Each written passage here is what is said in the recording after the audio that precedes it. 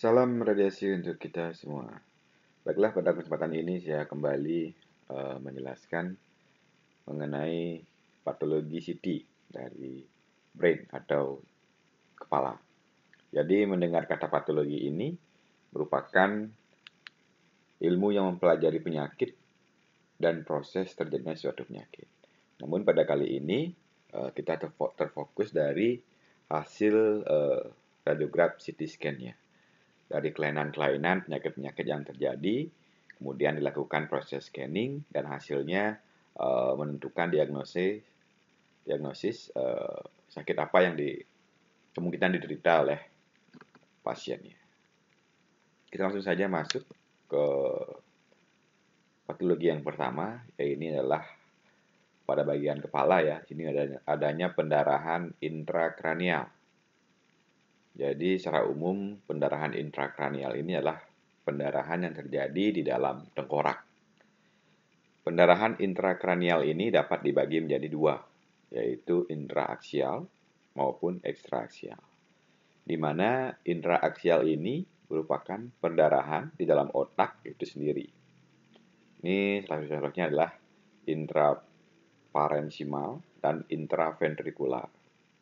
Kemudian dari ekstraaksial, tentunya di bagian luar ya, pendarahan antara otak dan tengkorak. Oke, selain otak juga terjadi pendarahan pada tengkorak. Ini ekstradural, subdural, subarachnoid. Oke, kita akan contohkan nanti hasil CT scan-nya seperti apa dari macam-macam pendarahan intrakranial ini. Berbeda dengan pendarahan ekstrakranial atau di luar tengkorak, itu biasanya terjadi efeknya memar atau hematoma, jaringan lunak. Kemudian adanya reaksi awal itu mengacu pada penurunan awal tingkat kesadaran atau GCS. Karena gegar otak awal dari cedera kepala tersebut yang kemudian membaik untuk jangka waktu tertentu. Biasanya beberapa jam itu membaik, namun akan terjadi pemburukan kembali. Hal ini disebabkan karena hematoma yang membesar secara bertahap. Oke, adanya memar atau hematoma yang membesar secara bertahap sehingga terjadi kompresi pada struktur otak, adanya penekanan atau kompresi. Nah, ini yang menyebabkan kondisi pasien biasanya memburuk. Nah, selanjutnya, pendarahan intrakranial ini dapat memberikan efek massa pada otak. Tanda-tandanya adalah termasuk pergeseran garis tengah dari batang otak itu sendiri. Dari ventricle itu bergeser karena adanya penekanan.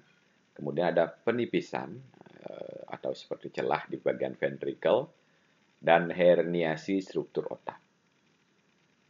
Nah, untuk kasus-kasus pendarahan akut, ini umumnya memerlukan konsultasi yang segera dengan ahli bedah saraf. Karena di kepala ini cukup krusial ya, cukup berbahaya, sehingga perlu penanganan yang segera dari ahli bedah saraf. Nah, untuk selanjutnya ini penampakan radiograf pada CT scan. Biasanya yang akut ini jedanya itu jam ke hari ya, hitungan jam ke hari. Ini merupakan darah baru, biasanya gambarnya berwarna putih. Kemudian ada subakut, ini jedanya berhari-hari hingga berminggu-minggu. Warnanya di hasil CT scan itu sudah berubah seperti abu-abu, keabu-abuan. Kemudian yang kronis ini berminggu-minggu hingga berbulan-bulan. Ini sehingga karena berminggu berbulan-bulan ini sehingga dia menjadi darah lama. Gambarnya itu gelap, dia agak hitam. Kemudian ada yang akut kronis. Ini akut kronis ini efeknya berlapis, tentunya ada yang darah baru yang akan berwarna putih maupun yang berwarna gelap, hitam seperti itu. Oke, kita saksikan, simak bersama-sama contohnya di sini. Nah, ini kita bahas dulu pendarahan subarachnoid. Nah, di sini adalah merupakan penimbunan darah di dalam lapisan pelindung otak. Kondisi ini umumnya ditandai dengan sakit kepala hebat yang terjadi secara tiba-tiba. Nah, ini pendarahan subarachnoid. Adalah penimbunan darah di dalam lapisan pelindung otak. Nah, kemudian ada gambar di sini, bisa kita lihat, ini ada ekstradural, kemudian ada subdural, kemudian ada intraparenchymal, kemudian ada intraventrikular juga di sini. Nah, ini merupakan beberapa contoh pendarahan yang terjadi di dalam otak atau kepala. Ini dura arachnoid atau PIA ini merupakan disebut juga string leptomeninges atau membran halus. Ada juga durameter. Nah, durameter ini disebut juga sebagai pecimening atau membran keras. Oke, kita bahas satu-satu. Yang pertama adalah pendarahan ekstradural. Nah, ini adalah ekstradural ya. Ekstradural di sini adalah kondisi saat darah mengumpul di area epidural. Dia mengumpulnya di bagian epidural, yaitu area di antara tulang tengkorak dan lapisan durameter. Ini darah yang menggumpal atau menumpuk di bagian tulang tengkorak dan lapisan durameter. Nah, dia di antara itu. Nah, ini disebut pendarahan ekstradural jika ada hasil CT scan-nya seperti ini.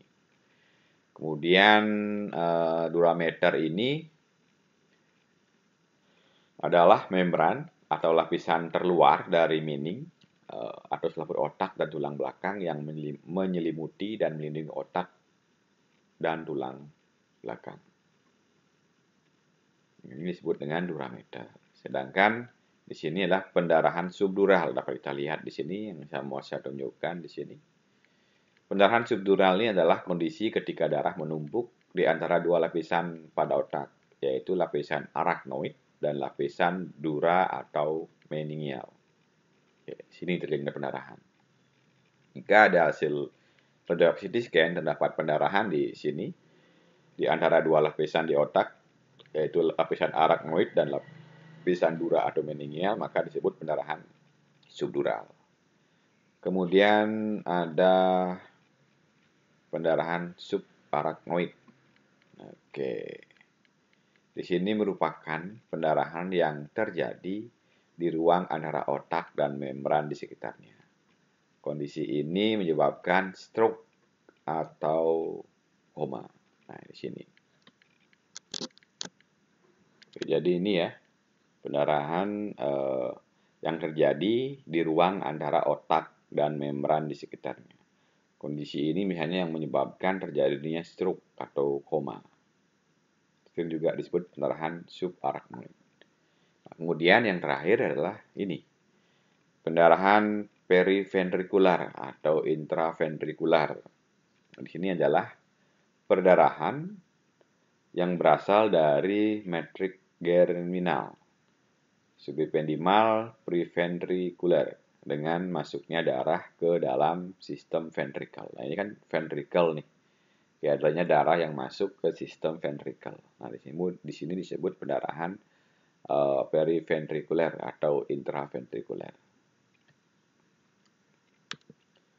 Nah, kemudian kita masuk ke selanjutnya adalah pendarahan epidural. Pendarahan epidural atau juga dikenal sebagai ekstradural biasanya disebabkan oleh trauma kepala. Oke, terutama pada daerah arterion yang merobek arteri meningea. Oleh karena itu, ini adalah merupakan pendarahan arteri sebenarnya. Pendarahan ini terletak di antara tengkorak dan durameter. Penampilannya ini kalau di CT scan terlihat berbentuk seperti lensa atau lentikuler. Nah, karena dura ini biasanya melekat erat pada bagian tengkorak. Nah, ini pendarahan epidural. Contohnya seperti ini. Oke, ini ya. Subdural hematoma, epidural hematoma. Nah, ini saya jelaskan sedikit akibat adanya subdural hematoma di sini. Sehingga di sini adanya penekanan, pendesakan batang otak di sini. Sehingga ventrikelnya terdesak, sehingga garis tengahnya dia membelok. Seperti ini, harus kan lurus nih. Oke, seperti itu. Di sini dapat kita lihat oleh gambar ini, nah jelas banget ini terjadi pendesakan dari arah sini sehingga ini, nah dia terdorong, tidak lurus dia. Nah ini contohnya epidural hematoma subakut. Oke, ini pendarahan epidural yang dapat kita lihat pada hasil radiograf dari CT scan itu sendiri. Nah, selanjutnya pendarahan subdural. Di sini pendarahan subdural ini lebih sering terjadi pada orang tua dan pecandu alkohol yang memiliki atrofi serebral. Hal ini disebabkan oleh faktor ketegangan pada penghubung vena yang mudah robek dengan trauma ringan dan menyebabkan pendarahan pada vena. Yang tadi sebelumnya pendarahan pada arteri, nah di sini subdural ini merupakan pendarahan yang menyebabkan pendarahan pada vena. Pendarahan subdural terletak di antara durameter dan arachnoid meter. Nah, ini penampilannya berbentuk semacam bulan sabit, kurang lebih gambarnya. Nah, di sini dapat kita lihat. Nah, ini subdural hematoma. Oke. Oke, ini kronik ya. Kalau putih kan darah baru ya. Ini yang kroniknya hitam. Yang ini small acute komponen. Nah, di sini kan yang kronik ini kan antara akut dan kronik. Nah, ini pendarahan lama warnanya hitam, yang putihnya ini baru, pendarahan baru. Nah, kemudian di sini juga sama subdural hematoma, ini akut kronik. Oke, bercampur dia warnanya. Ada hitam, ada darah barunya juga. Sehingga ini juga sama terjadi pendesakan pada ventricle-nya di sini. Ini juga sama. Nah, ini yang disebut dengan pendarahan subdural pada radiograf CT scan. Nah, kemudian kita masuk ke kasus-kasus berikutnya, inilah pendarahan subarachnoid. Ini dapat terjadi setelah trauma atau pada individu yang malformasi arteriovenosa atau AVM atau aneurisma Berry, khususnya pada lingkaran Willis di sini. Pasien menggambarkan serangan tiba-tiba, ini yang terjadi pada pasien dari rasa sakit yang sangat parah, sakit kepala petir, tiba-tiba munculnya. Darah di ruang subarachnoid dapat menyebabkan iritasi meningial dan mengakibatkan gejala yang mirip dengan meningitis. Penampilannya, darah dengan kecepatan tinggi di bagian sulcus, ini sisterna basal dan visura. Ini biasanya berbentuk pentagon atau bintang besar, kemudian ada bentuk W. Darah juga dapat meluas ke bagian ventricle. Nah, ini merupakan contoh dari pendarahan subarachnoid. Oke, dapat kita lihat bersama-sama di sini pendarahannya. Nah, ini radiograf hasil CT scan jika terjadi pendarahan subarachnoid. Oke, kemudian kita lanjut lagi ke pendarahan intraparenkim. Pendarahan intraparenkim ini terjadi di dalam substansi otak itu sendiri. Penyebab umumnya adalah hipertensi, trauma, dan stroke hemorrhagic. Gambar yang terjadi pada hasil CT scan-nya terdapat area yang memiliki kepadatan tinggi dalam substansi otak.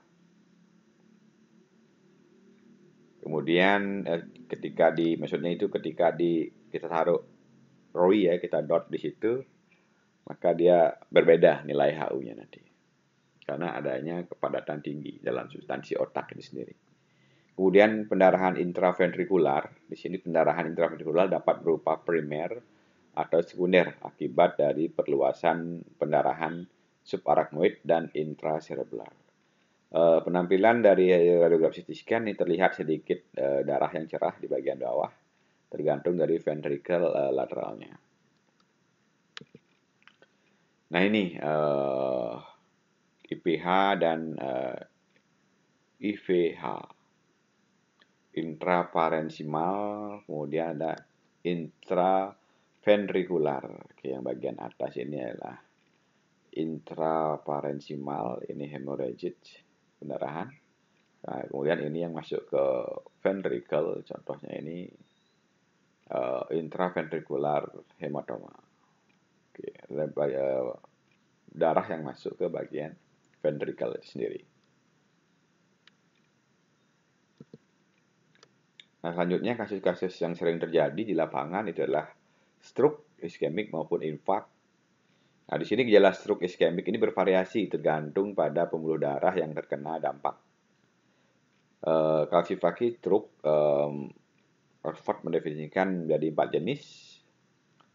Yang pertama TACS, ini total arterial circulation stroke. Ini jenis infark cerebral yang mempengaruhi seluruh sirkulasi anterior yang mensuplai satu sisi otak. Kemudian ada PACS, partial anterior circulation stroke.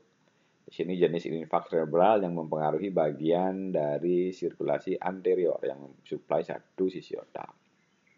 Kemudian ada POCS, ini posterior circulation stroke.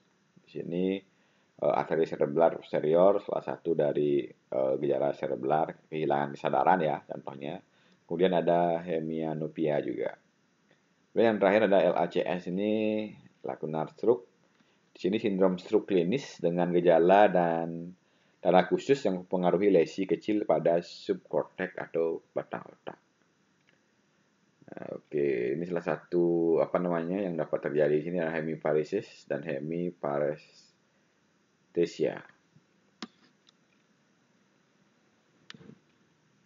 Nah, untuk hasil radiografi sendiri yang terlihat pada area CT scan di sini dengan kepadatannya rendah yang membutuhkan beberapa jam untuk berkembang. Kita harus melihat dari window pada stroke, khusus stroke di komputer CT scan itu membantu melihat perbedaan densitas yang halus di sini.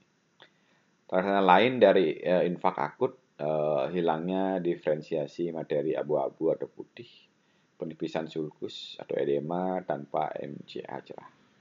Infark lama memiliki densitas yang lebih rendah dibandingkan dengan infark akut.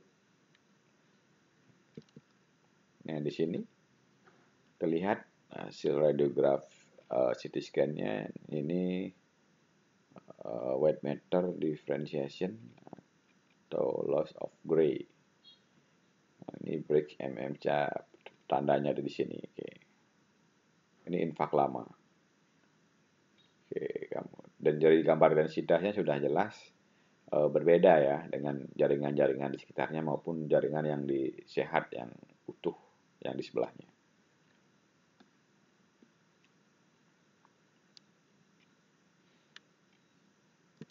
Oke, kemudian ada tumor otak. Selanjutnya, tumor otak primer ini sangat jarang terjadi.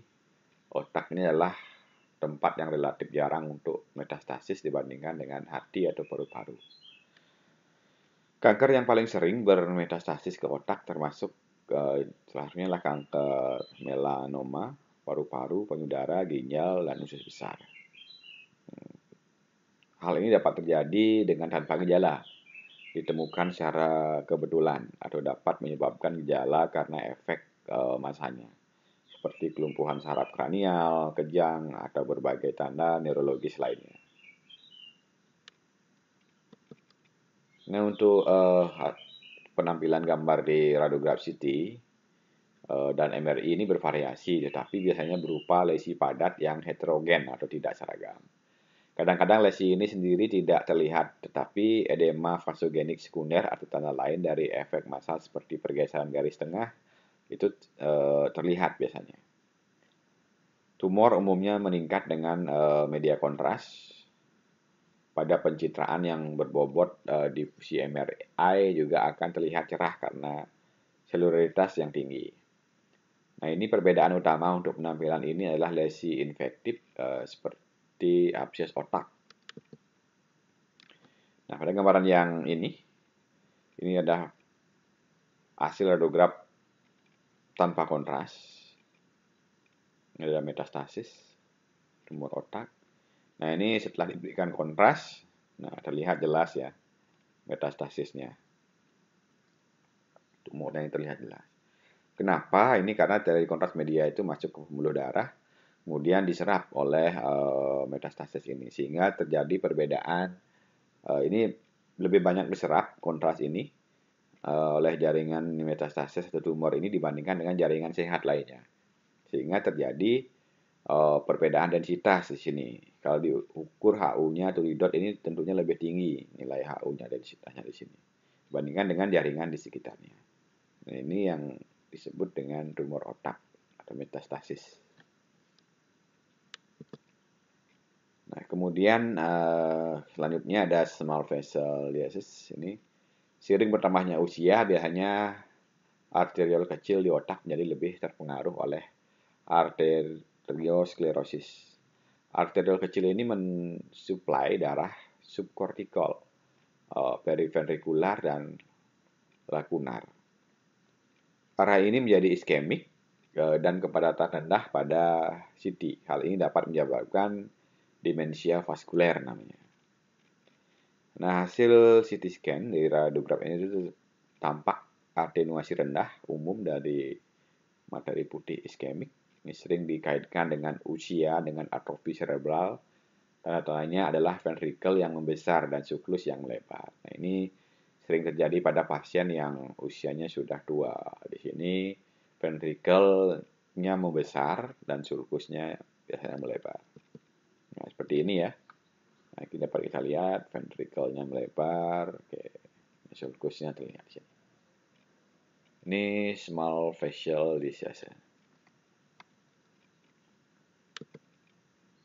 Nah, kemudian ada penyakit Alzheimer. Oke, penyakit Alzheimer ini mungkin rekan-rekan udah sering mendengar juga. Ini jenis demensia yang paling umum yang menyebabkan gangguan memori. Oke, gangguan memori ya, ingatan ya. Kehilangan kemampuan bahasa dan disorientasi biasanya yang sering terjadi. Hal ini disebabkan akumulasi plak amyloid dan kusut pada neurofibrillary.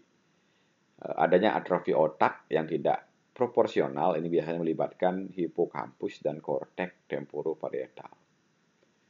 Penampilannya pada atrofi hipokampus yang tidak proporsional pada CT atau MRI, artinya yang tidak sesuai dengan pada umumnya pada gambar CT dan MRI-nya.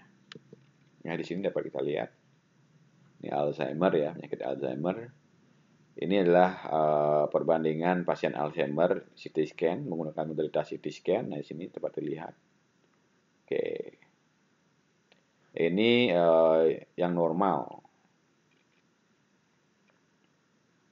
pada MRI. Nah, dapat dilihat ukuran hipokampusnya. Nah, ini namanya Alzheimer.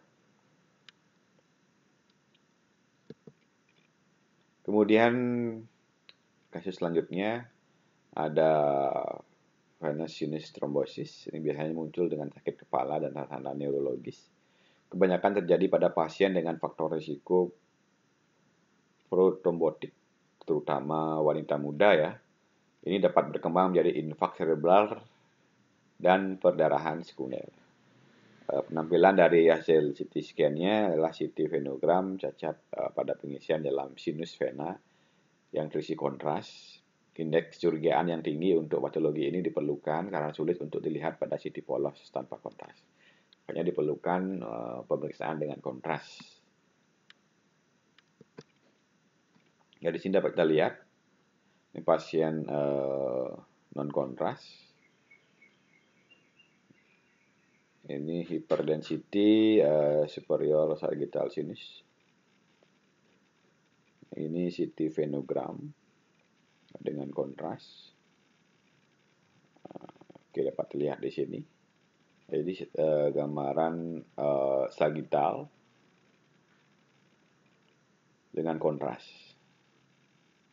Oke, dapat terlihat ya jelas ya kasusnya di sini. Nah, ini terjadinya penyakit di sini venous sinus thrombosis namanya. Nah, selanjutnya ada neurisma cerebral.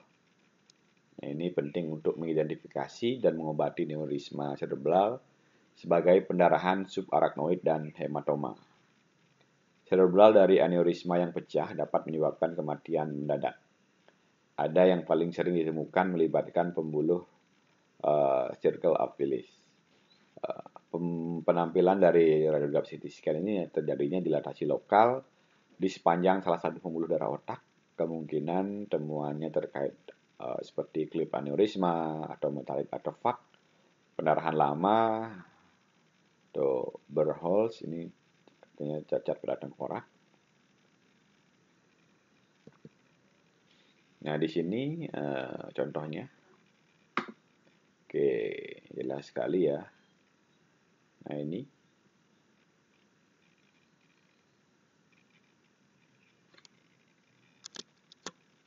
Nah, di sini terjadi dilatasi lokal di sepanjang satu aliran pembuluh darah, biasanya di salah satu aliran pembuluh darah. Nah, ini ada penggumpalan di sini pembuluh darahnya. Oke, ini maka dari itu untuk pemeriksaan kasus ini memerlukan media kontras.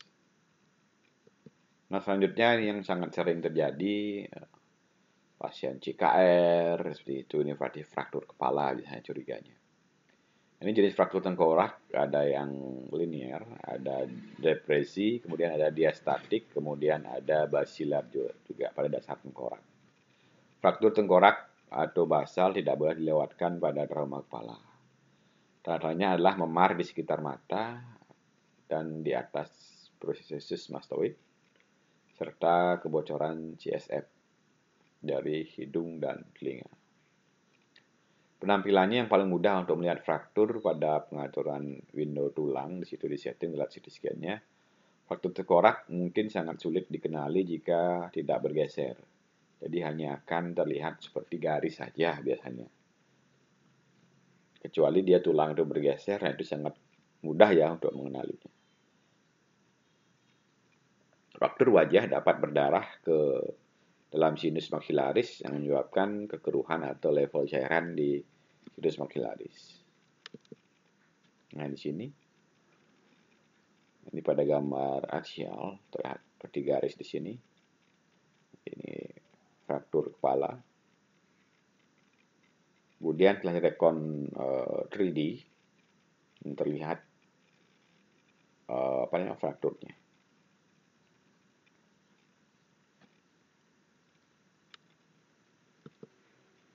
Nah, ini contoh fraktur juga pada tulang sigomatik. Nah, ini lateral wall orbit. Nah, kemudian ini fraktur pada os maxillaris, sinus maxillaris. Akibatnya fraktur di sini adanya cairan yang masuk ke sinus maxillaris. Air fluid level namanya. Oke. Ini ya sangat jelas ya membedakan fraktur ini jelas. Oke. Oke, di sini juga ada garis di sini. Nah, ini biasanya kalau dia tulang tidak bergeser, dia sangat susah, detail, teliti melihat fraktur ini.